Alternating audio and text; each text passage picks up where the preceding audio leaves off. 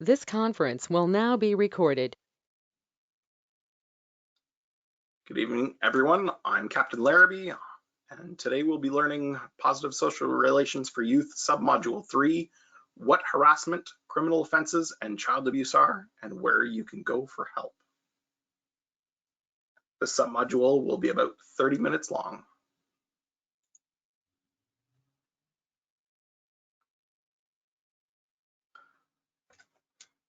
We'll do a little lesson review and a look ahead. In submodule 2, what can happen when behavior exceeds or does not meet expectations, we discussed rewards and recognition in the cadet program, impact versus intent, and misconduct, to include procedures to follow, corrective measures, and the consequences for those actions. In submodule 3, what harassment, criminal offenses, and child abuse are, and where you can go for help, we will cover definitions and examples of harassment, definitions and examples of criminal offenses, definitions and examples of child abuse, where you can go for help, and when you should go for help.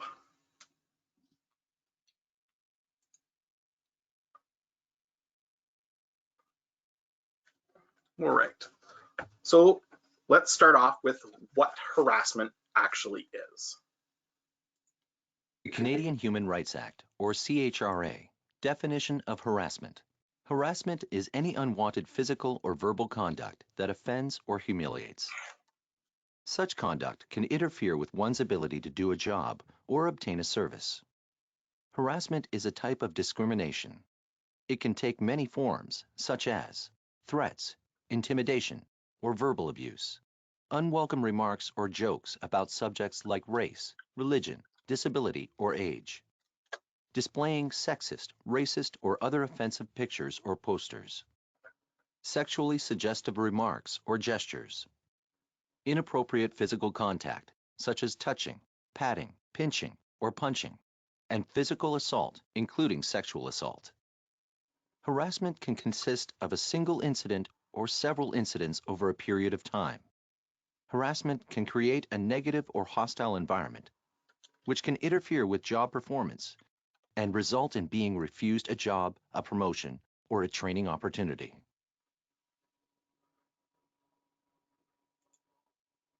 Okay. So when does harassment occur? Well, it will be considered to have taken place if a reasonable person ought to have known that the behavior was unwelcome. So you know it's wrong, and then you did it. Cadet Administrative and Training Orders, or CATO, definition of harassment. Harassment is any improper conduct by an individual that is directed at and offensive to another person or persons in the workplace, and which the individual knew or ought reasonably to have known would cause offense or harm. It comprises any objectionable act, comment, or display that demeans, belittles, or causes personal humiliation or embarrassment, or any act of intimidation or threat. It includes harassment within the meaning of the Canadian Human Rights Act. Where harassment involves misuse of the power or authority inherent in an individual's position, it constitutes a misuse of authority. Conduct involving the proper exercise of responsibilities or authority related to the provision of advice, the assignment of work, counseling, performance evaluation, discipline, and other supervisory and/or leadership functions does not constitute harassment. Similarly, the proper exercise of responsibilities or authority related to situations where, by virtue of law, military rank, civilian classification, or appointment, an individual has authority or power over another individual does not constitute harassment.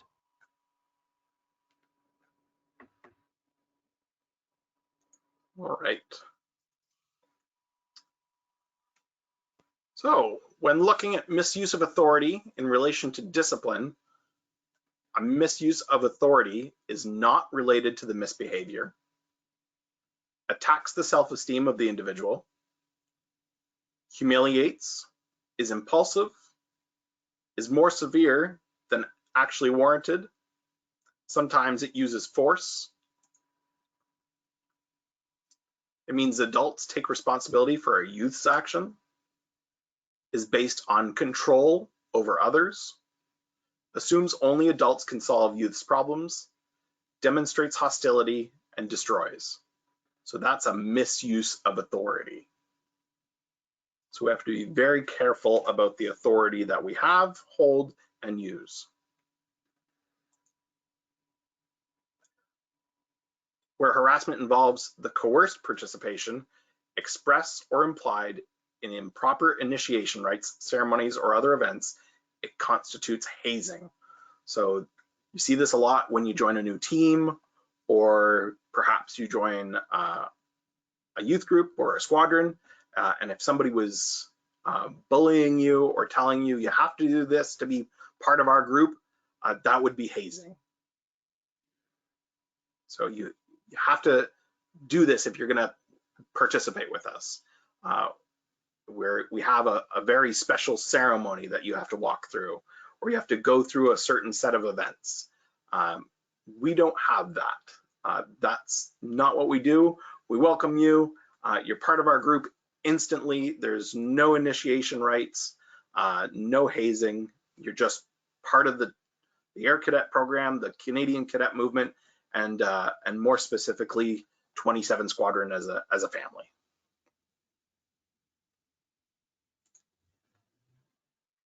Hazing, to be subject to ridicule. Hazing is often ritualistic, with requirements to perform random and meaningless tasks as a way of initiation into a group. It is often used as a method to promote group loyalty and camaraderie through shared suffering. It can be any activity expected of someone becoming part of a group that humiliates, degrades, or risks emotional and/or physical harm, regardless of the person's willingness to participate. You often hear about hazing rituals at colleges and universities, especially in the U.S., but they have them in Canada as well, and they call it a rite of initiation, or something that fraternities have done for a long time, and none of those behaviors are very acceptable there or anywhere.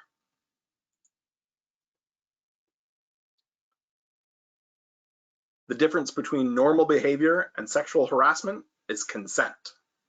If someone is indicating by word or by body language that your behavior is unwelcome, this means stop. No means no. We have a zero tolerance for this kind of action.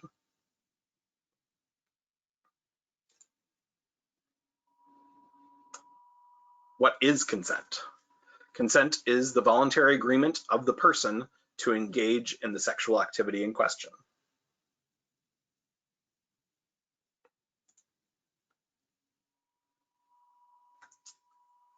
Definition of bullying: a person who uses strength or power to coerce others by fear, persecute or oppress by force or threats, pressure or coerce a person to do something. So if somebody's pushing you into doing something and you don't want to do it, maybe it's a peer or a fellow cadet. Hey, come over here, you got to do this. And you're like, no, I'm okay. So no, I do it, or I'll punch you in the face. That would be bullying. That's a very clear example of bullying.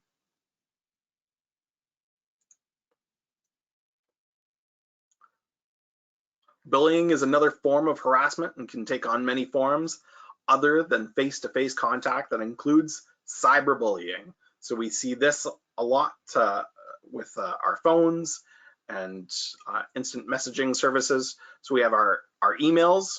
You can get threatening emails.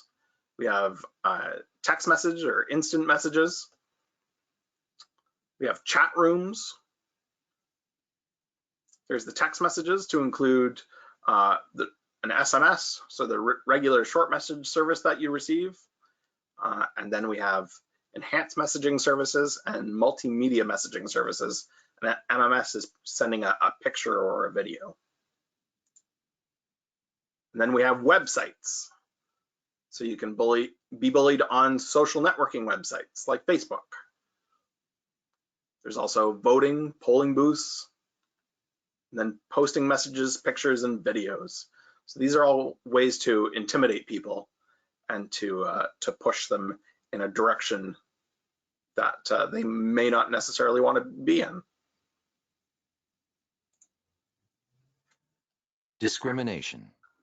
Every individual is equal before and under the law, and has the right to equal protection and equal benefit of a law without discrimination, and in particular, without discrimination based on race, national or ethnic origin, color, religion, sex, age, marital status, family status, mental or physical disability, pardon conviction, or sexual orientation.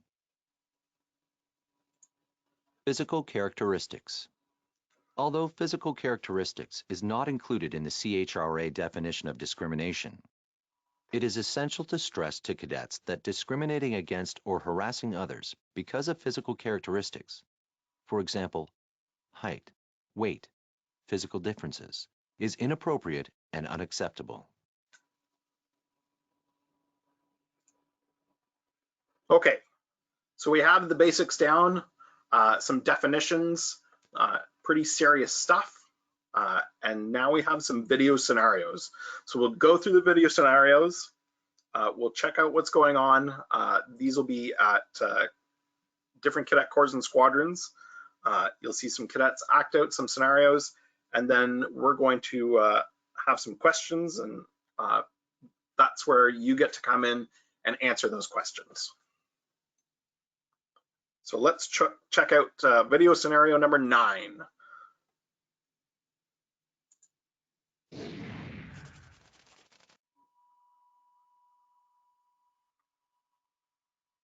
Cadet Lacasse has just finished his first month of cadets. He's finally beginning to get a good shine on his boots. He's proud of his accomplishment, but just as he's about to be inspected, another cadet steps on his boot.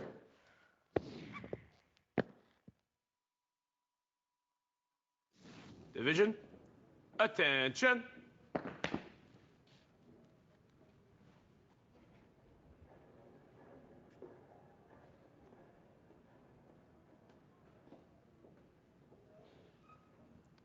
Cadet Lacasse, look at your boots. Now look at mine. Notice the difference? The shine in your boots doesn't even come close to dress standards. I had a good shine on him, but... No excuses. Obviously, you need some practice. So for the next period, you'll be shining some old boots in supply.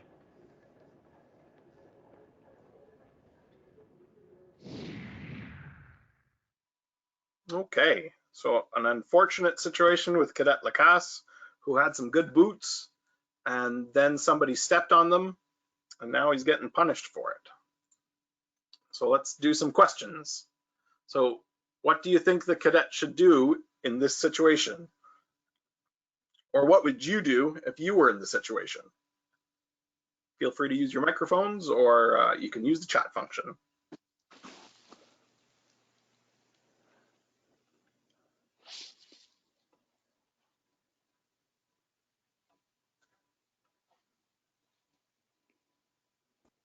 Yes, yeah, you can, after you're dismissed, you can come up to the instructor appropriately and actually give them the situation. They might not have had time on the parade square because they were just going through their inspection. And so that's a very appropriate way to approach that situation. Go talk to someone? Yeah, but who would you go talk to? The person who got you in trouble? Yeah, you can go talk to them. You should have a level officer as well, or maybe you have an instructor that you know. You can go up to them and explain the situation.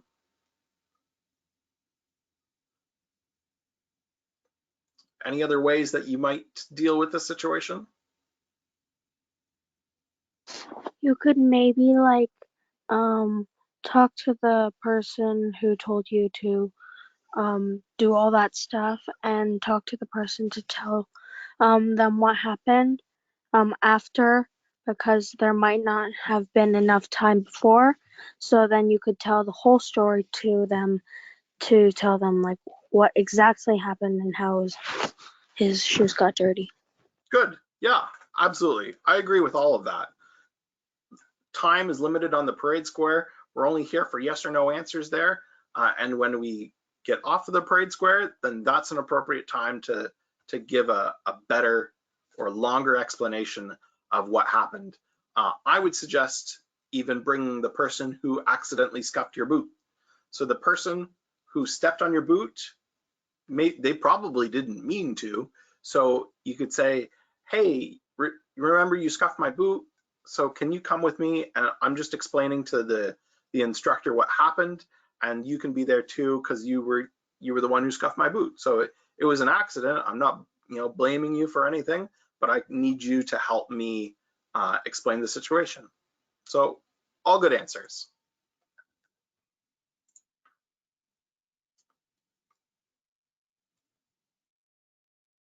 Now, looking at that situation specifically, is this a form of harassment?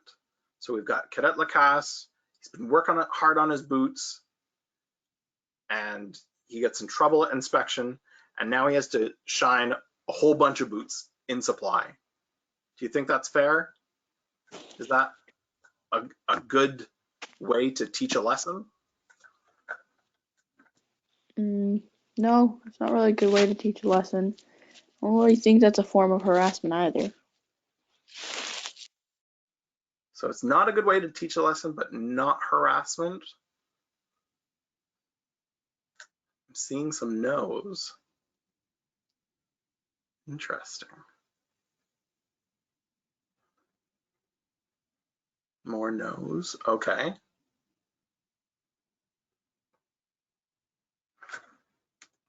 Interesting. Well, I'm going to say the punishment doesn't fit the crime, and it's not even a crime. It's just a scuffed boot. It's not meeting the standard, and we don't even know if Cadet Lacasse has been in trouble for this before. He's a brand new cadet. It's like one of his first inspections, and now he's got to shine like all the boots in supply. That doesn't make a lot of sense to me. So we're going to call this a form of harassment. It may not seem like harassment because it's a corrective measure, but the corrective measure goes above and beyond. They're punishing the individual well beyond the scope of what they're allowed and supposed to be doing. The appropriate way to handle this one would be for the cadet to shine their own boots and a follow-up by the instructor, not to shine all the other boots. So, last question. What is this form of harassment called? So we're saying the instructor gave out a punishment that wasn't fair or a corrective measure that wasn't fair. So the harassment is on their part. What is that form of harassment?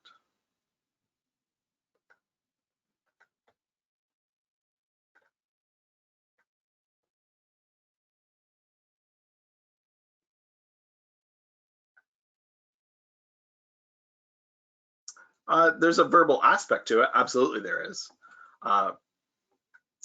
This is going to be, for everybody who's new, you haven't seen it yet, but you actually have it in your name.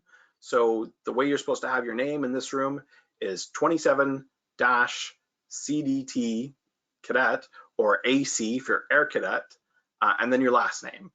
So you have a rank right when you step through the door. Now the instructor has a rank as well, and it's going to be a higher rank than you. So you have to think about it in terms of different positions. So if somebody has a rank over you, they have a certain authority over you. So what do you think this harassment's called?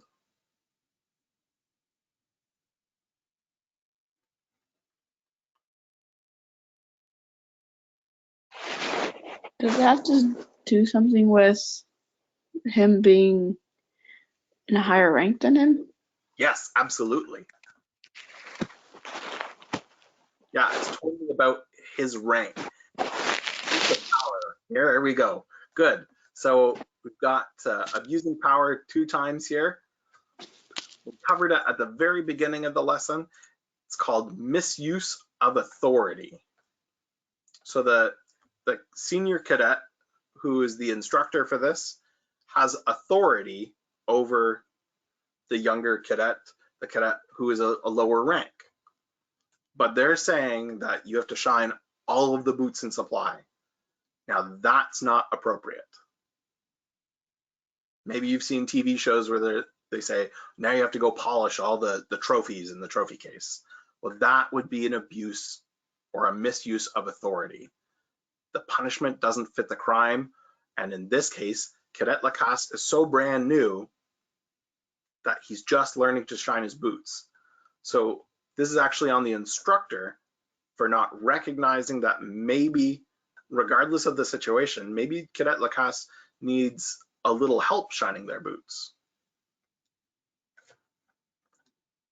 As you move throughout the program, you'll discover that you see a fault, and then you can correct it by helping the person because maybe they don't know what they're doing in the first place.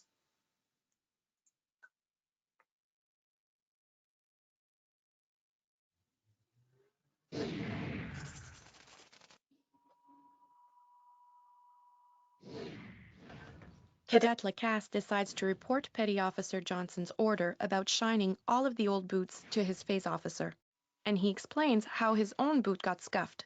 The officer agrees to look into the issue. Scuffed them, and my PO gave me a punishment I didn't deserve. All right.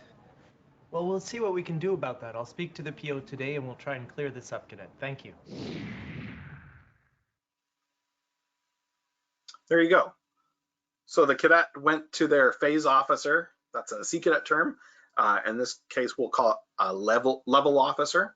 And they reported the issue. So they felt that maybe the petty officer, or the PO as they referred to, couldn't handle the situation, and they wanted to report it to an adult. You're very much in your right to do so if you feel that there's been a misuse of authority, and that way there can be a third party who mediates the situation and settles it. But we do also believe that you should be able to recognize when to go to an officer, and perhaps you can just speak with the PO, and in that case, if it doesn't work, then escalate the situation. Okay, let's look at another scenario. So this one will be a survival exercise, and we're going to be looking at some isolation or exclusion.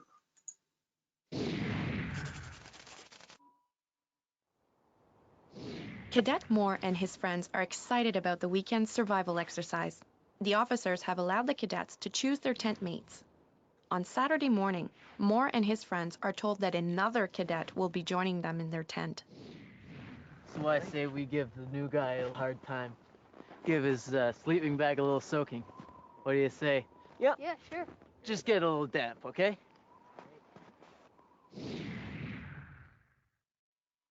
Okay. So they're going to make the new cadet feel very unwelcome.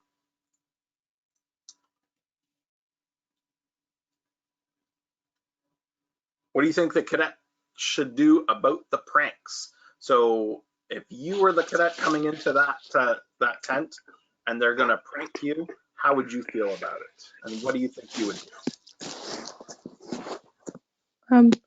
I would probably go up to them and talk to them about it. Sure, face them head on. You know, what's up, guys? What are you doing to me? But what's our beef? What's the problem here? So let's say they've already pranked you, so now you have a wet sleeping bag, and it's winter, so it's a really cold exercise. What are you gonna do? this is kind of, you know, above and beyond now. Just you can have that conversation with them. What's another thing you can do?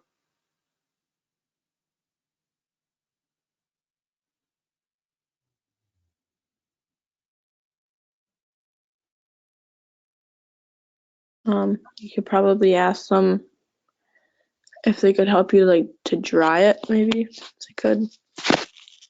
Dry it? Yeah. But there we go. I'm seeing some answers now. Tell an officer.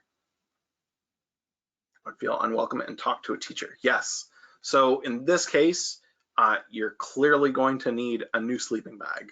You can't sleep in a wet, cold sleeping bag in the middle of the winter. What these cadets are doing is very unacceptable. It makes the person feel clearly unwelcome. It's pretty bad. Everybody involved in that tent who did it are going to be facing some consequences. Is this a form of harassment?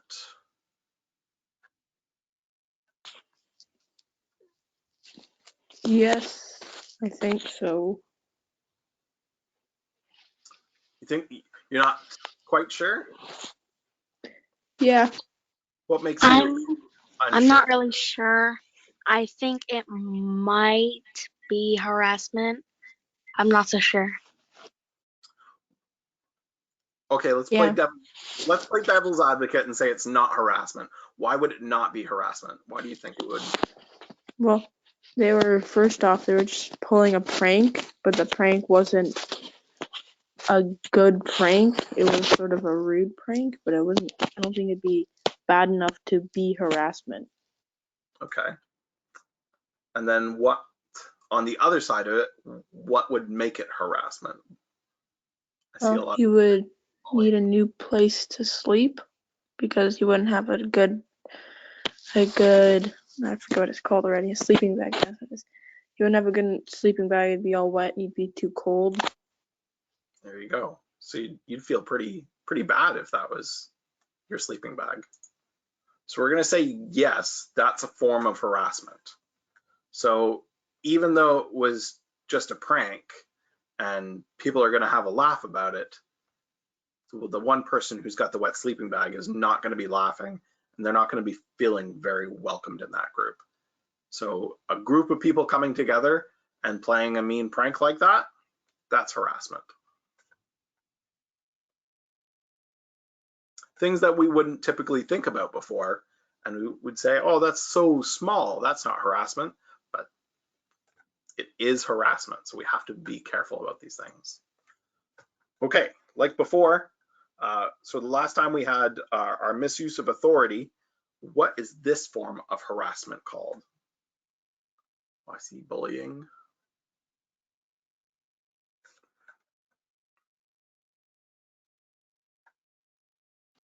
I think it's bullying. Bullying, we have a lot of votes for bullying. I agree with her. I agree with them. All of them. Fun thing about these videos is they give you the answer at the very beginning. So yes, I completely agree with you that this is bullying. They are being mean and the person's going to feel demeaned.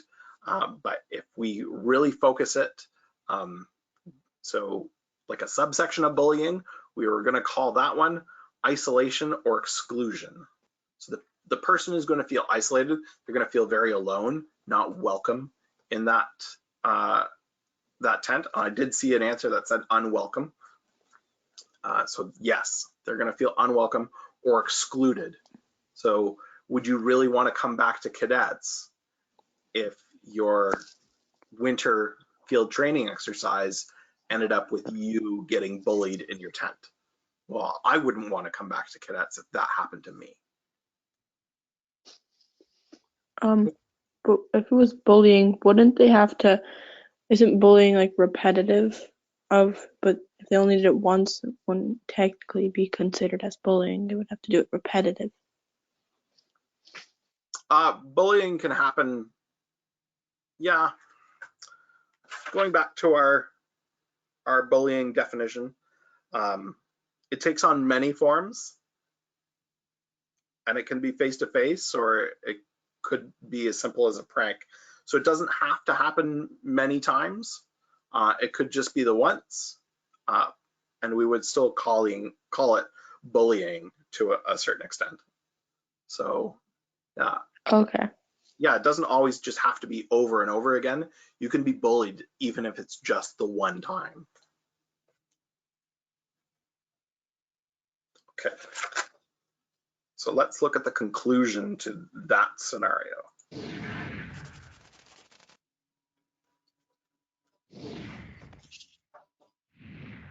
Yeah, that's pretty funny. Hey, you guys like that? Hey, I didn't appreciate sleeping in a puddle last night. All right? I didn't get to choose my tent mates either. So whether you guys like it or not, I think we should just make the best of things and try and get along. What do you say? Sure. Yeah. All right. Let's call it a truce. Hey, sorry about the soaker. That's fine.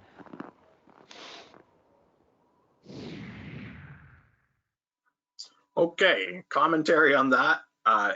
He says it's fine. I wouldn't say it's fine. I would say they've clearly made up, but you'd have to bring your stuff back to supply, get some new stuff, and they'd be asking, well, why is your stuff wet? Did you not take care of it? So there'd be questions, and this is why I think you would involve an officer in this. Yes, you've already made up with them, but you need your kit, and they need to treat the kit with respect as well. So there's bullying, and then there's misuse of the equipment as well. So damage to the equipment provided by the Department of National Defense, including soaking a sleeping bag, is not welcome at all. Okay. So we have one more video scenario 11. And we are going to be looking at some bullying again. All right, so this one will be at a summer training center.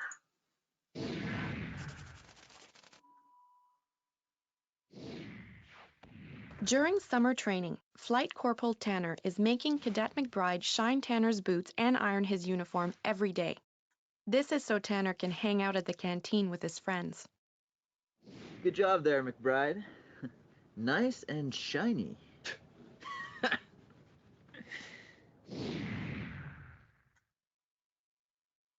Okay, I've actually seen this one before in person when I was a cadet. So the one person would just want to stay back in the tent because they were finding trouble making friends, and they're like, oh, I'll just shine boots instead. So, and everybody else would go have fun. That person would shine boots. So clearly this person is playing on that and making sure that that cadet doesn't get the opportunity to go socialize, and that's not acceptable. What do you think the cadet should do in this situation? What would you do if you were getting bullied like this? I would probably go talk to an officer. Yeah, there's a lot of officers at camp. You're gonna have a squadron lines or company lines officer, and so they can certainly help out, or you're gonna have your course officers as well. You might have a training officer that's very specific to your group. So yes, you could definitely talk to an officer about this one. Tell them that I am not doing their work. Brilliant, love it. Just tell them that you're not gonna polish their boots. Everybody does their own boots. If they need help, you're there to help because maybe you're really good at boots. I've seen people share the workload. It's like, hey, I'm really good at ironing pants.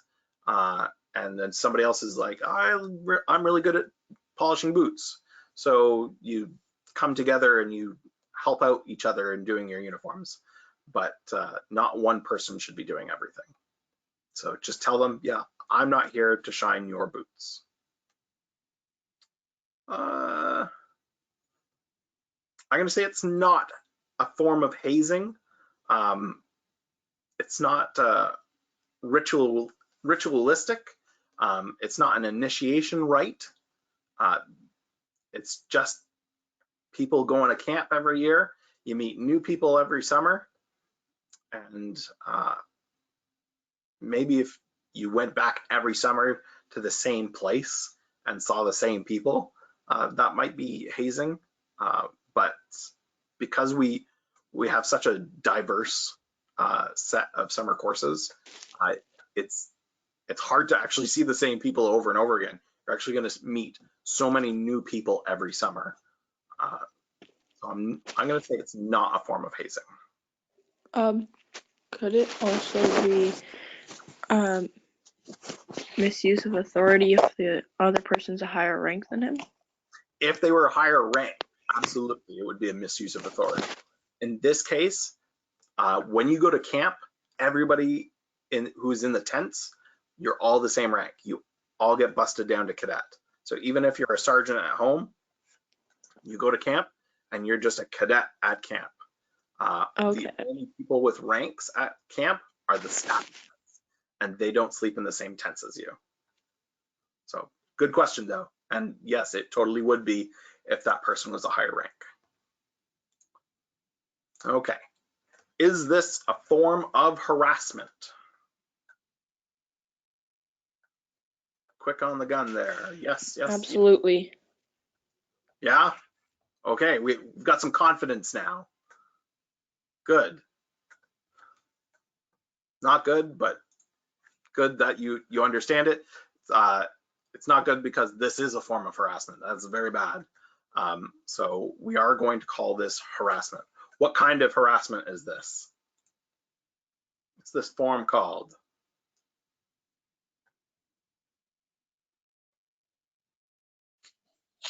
Bullying? Bullying. I see bullying. I hear bullying.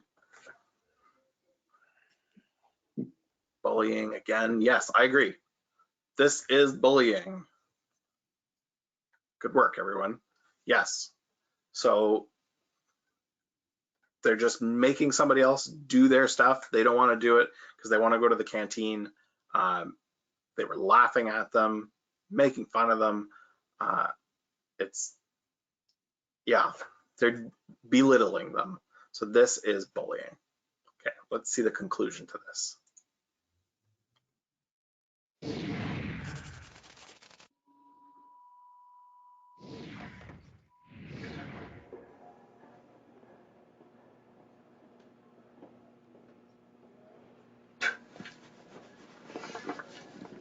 Alex, we know Ross Tanner's making you do that. I don't mind, really. But I don't think it's right. You know, you can go see the sergeant and tell him about it. You think he'll help? Yeah, of course.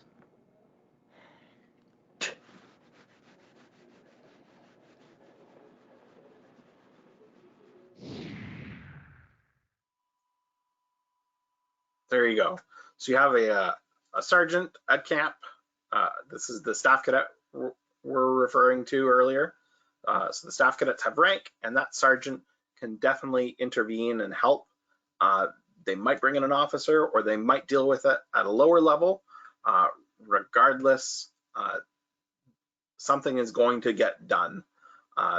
There's clearly bullying going on here, and a report will most likely be written up, and some mediation will happen there. Okay, let's move into teaching point 3. Teaching point 3 is what criminal offenses are. So very serious topic. Criminal offenses. Offenses commonly associated with criminal harassment incidents include uttering threats, threatening or harassing phone calls, common assault, mischief, and most recently, stalking and cyberstalking via chat rooms, message boards, and email.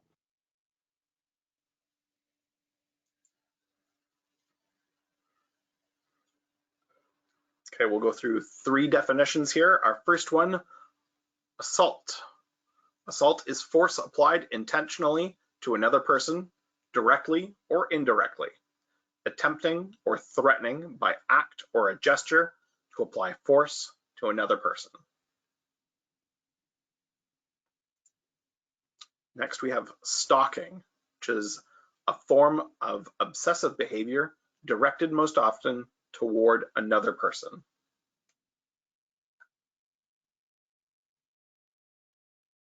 And one for the 21st century, cyberstalking, also known as online harassment. It is closely related to real life stalking. Constantly following somebody online, checking out all their stuff. That is cyberstalking. People who commit any of these offenses can be charged under the criminal harassment provisions of the Criminal Code of Canada.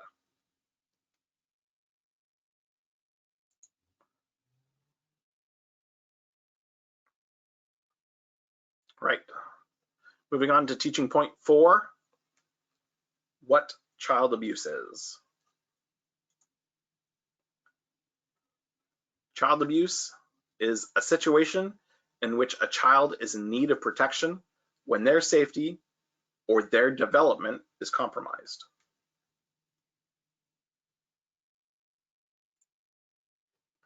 So we have different kinds of abuse, child abuse. There are 4 categories, and we'll go over each one. We have emotional abuse, which is a chronic attack on a child's self-esteem. It is psychologically destructive behavior by a person in a position of power, authority, or trust. It can take the form of name-calling, threatening, ridiculing, belittling, intimidating, isolating, hazing, or ignoring the child's needs. Serious emotional abuse can consist of rejecting, which is to refuse to acknowledge, believe, hear, or support the child's or youth's worth or the legitimacy of his or her needs. Captain Larrabee. Yes, sir. Sorry to interrupt. I bounced in from the other class. They're just wondering, do you need some more time? Because they're like looking to get a few extra minutes or to do, because CO's probably went on a little later. So do you need some more time to finish up? Yes, sir. About how long then? Teaching point 4. Another 10, 15 minutes. All right, I'll tell them they got 10 or 15. I'll tell them 15 minutes and we'll see you then. Thank you, sir. Thank you. Bye. Okay, so we'll continue on with emotional abuse. So the extremes are isolating or excluding, unreasonable separation from others to cut a child or youth off from normal social experiences, which result in extreme aloneness. And we have ignoring, to fail to provide sensitive, responsive caregiving, to deprive the child or youth of essential stimulation and responsiveness, to interact only when necessary, to be psychologically unavailable.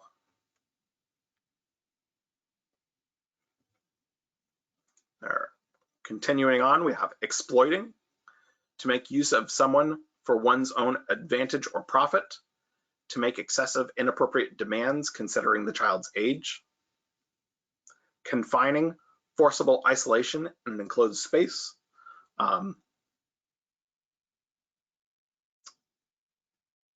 Harry Potter lived under the stairs in the first book. That would be confining. That is child abuse.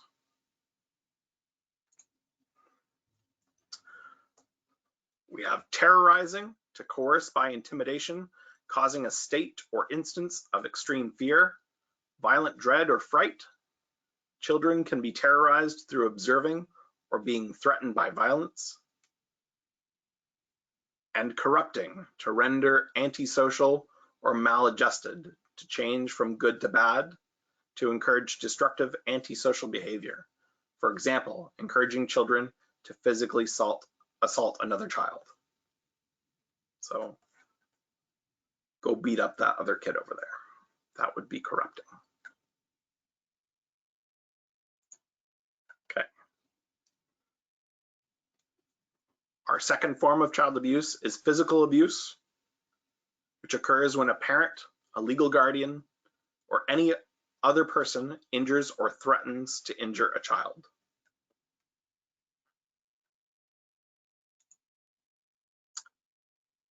Sexual abuse occurs when a parent, a legal guardian, or any other person uses a child for sexual gratification.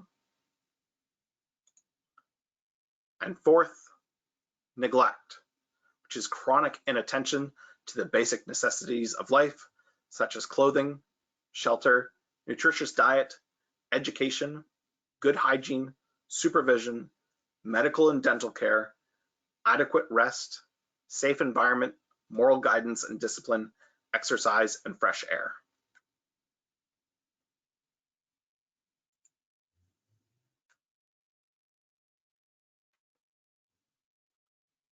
Okay. I know that was a very strong teaching point. In teaching point 5, we're going to look at where you can go for help and when you should go for help.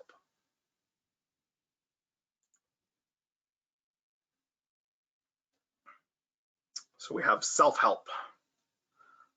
First, we have some definitions, some keywords here.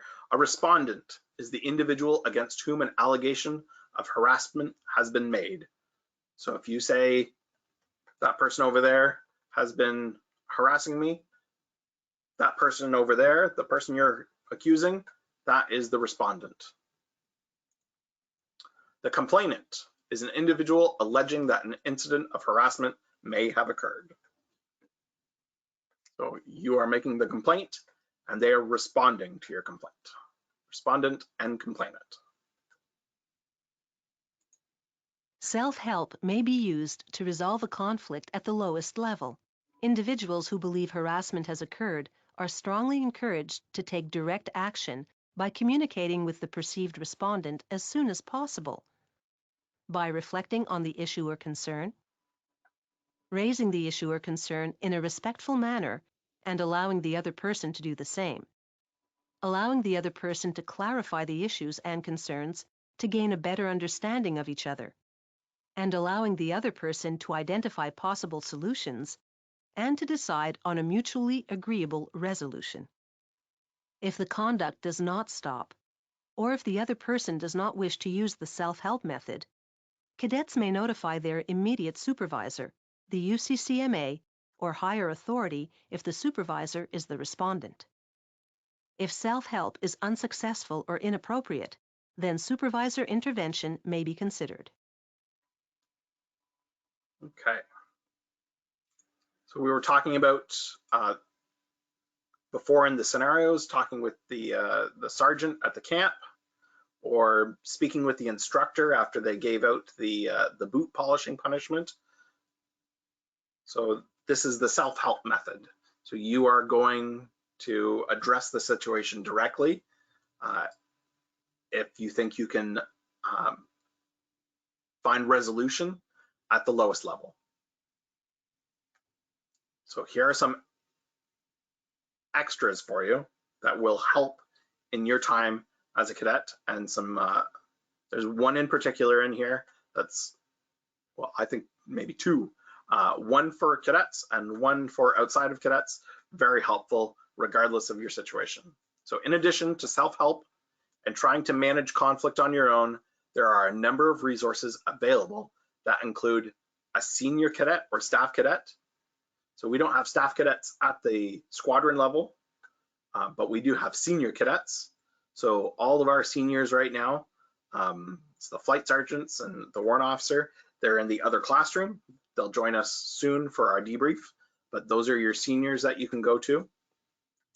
The trusted adult, so there's parents, guardians, officers like myself or Captain Yates or Officer Cadet Denowden. We've got Captain Giltley, and the other officers at the unit are all available for you.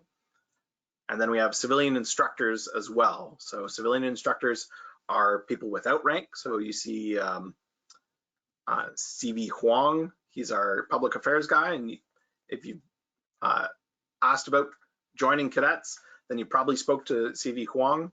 And we have some other instructors that help us out. So they're not officers, but they are trusted adults, and they're all screened, and they're here to help. We have our Unit Cadet Conflict Management Advisor, or the UCCMA. I'm sure that name will change over time, but right now we call it the UCMA or UCCMA. This person is somebody who is not the CO. So they deal with any problems that come up, and that way, and they report directly to the CO, the commanding officer, but they handle situations where you feel that you need to escalate it to that level.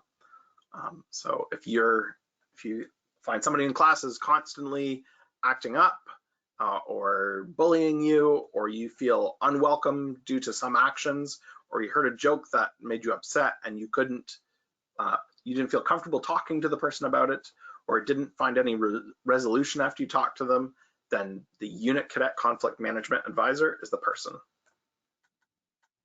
And then we have our Squadron Commanding Officer. So Captain Giltley is always available. And then we have the Kids Help Phone as well. So that number is 1-800-668-6868. And they have their website as well, kidshelpphone.ca. I believe they have an instant messaging and Facebook Messenger application as well now. So those are all tools for you to use.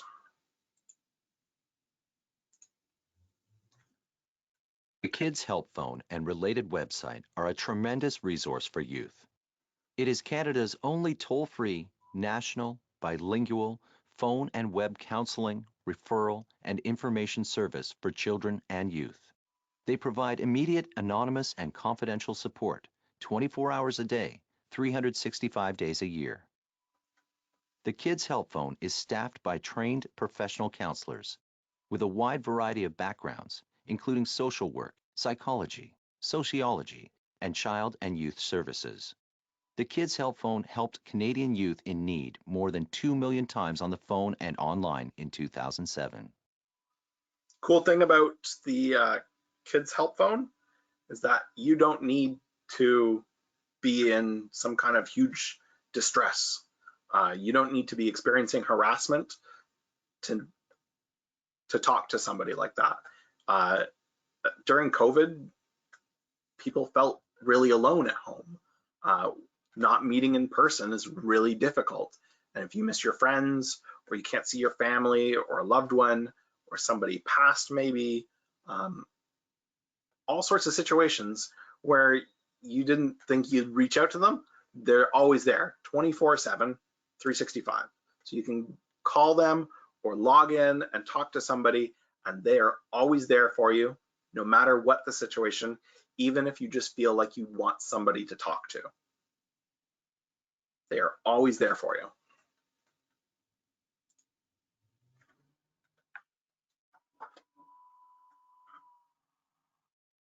Okay, so we have some responsibilities and we have some rights, and we're going to go over those right now, and then we'll move into our conclusion. So what are your responsibilities as a cadet? You have a responsibility to treat others with respect, not exclude anyone, help protect others, respect personal boundaries, and honor their no's, tell the truth, listen, not dominate others, not misuse your power or authority once you move further in your ranks, control your anger, not harass anyone, not abuse anyone, and get help if you need it.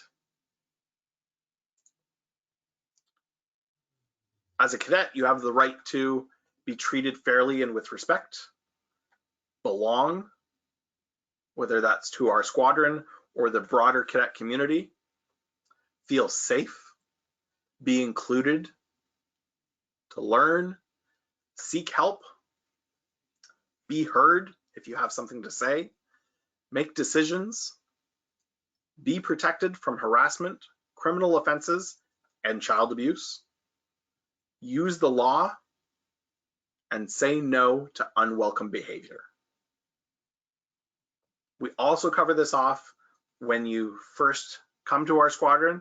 There's a code of conduct that you sign that says you acknowledge all of these things. So we include all of that, responsibilities and rights, and we put that into one package and you sign that saying, yes, I understand.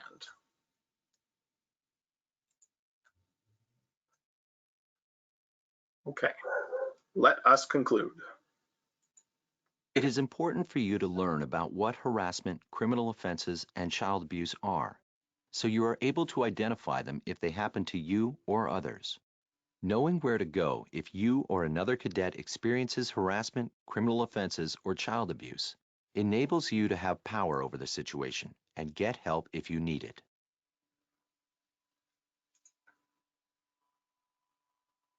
Okay, so that concludes submodule 3 and our last teaching point. In submodule 4, which we'll cover in the weeks to come, so it won't be right away because we have some other cool stuff lined up for you, but in the weeks ahead, we will look at what conflict is and how you can deal with it. And some of the teaching points we'll cover in that are definition, types, causes, and the impact of conflict. We'll talk about preventing conflict before it even happens, self-awareness about situations, and we'll also talk about how to deal with the conflict when it does happen. And that concludes submodule 3. I'm Captain Larrabee. Thank you for being a great class.